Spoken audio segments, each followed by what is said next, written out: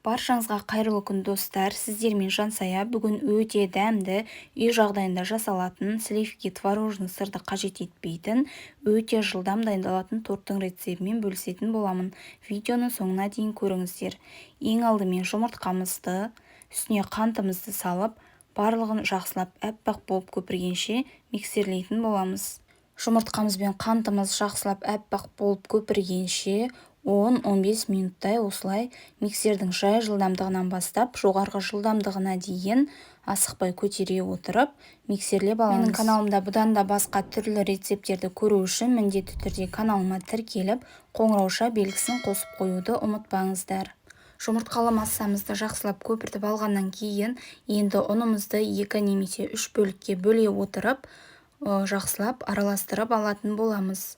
Жұмыртқалы массамызды басып алмау үшін осылай ақырындап астынан үстіге қарай жақсылап араластырып аламыз.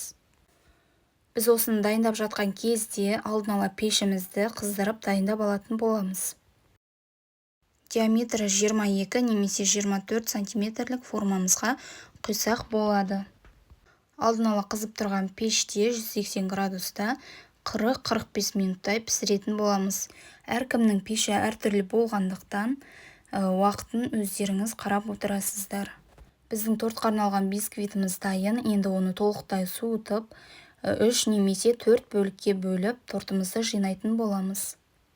Кремі өте қарапайым, сметана мен қант ұнтағын қосып жақсылап біркелкі қылып араластырып аламыз. Енді тортымызды жинай берсек болады. Барлық тортымызға жететіндей етіп кремімізді бөліп, осылай тортымызды жинап шығатын боламыз. Бұл тортқа ешқандай пропитка жасап керек емес.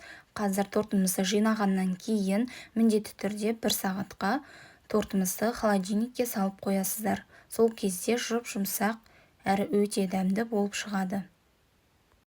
Кремнің біраз бөлігін бетін сәндеу үшін де алып қаласыздар. Ұмытпаймыз. Біздің тортымыз дайын. Құрамында ешқандай сливкиді, творожный сырды қажет етпейтін, өте дәмді әрі жасалу жолы өте оңай торттың рецептін сіздерге ұсынып отырмын.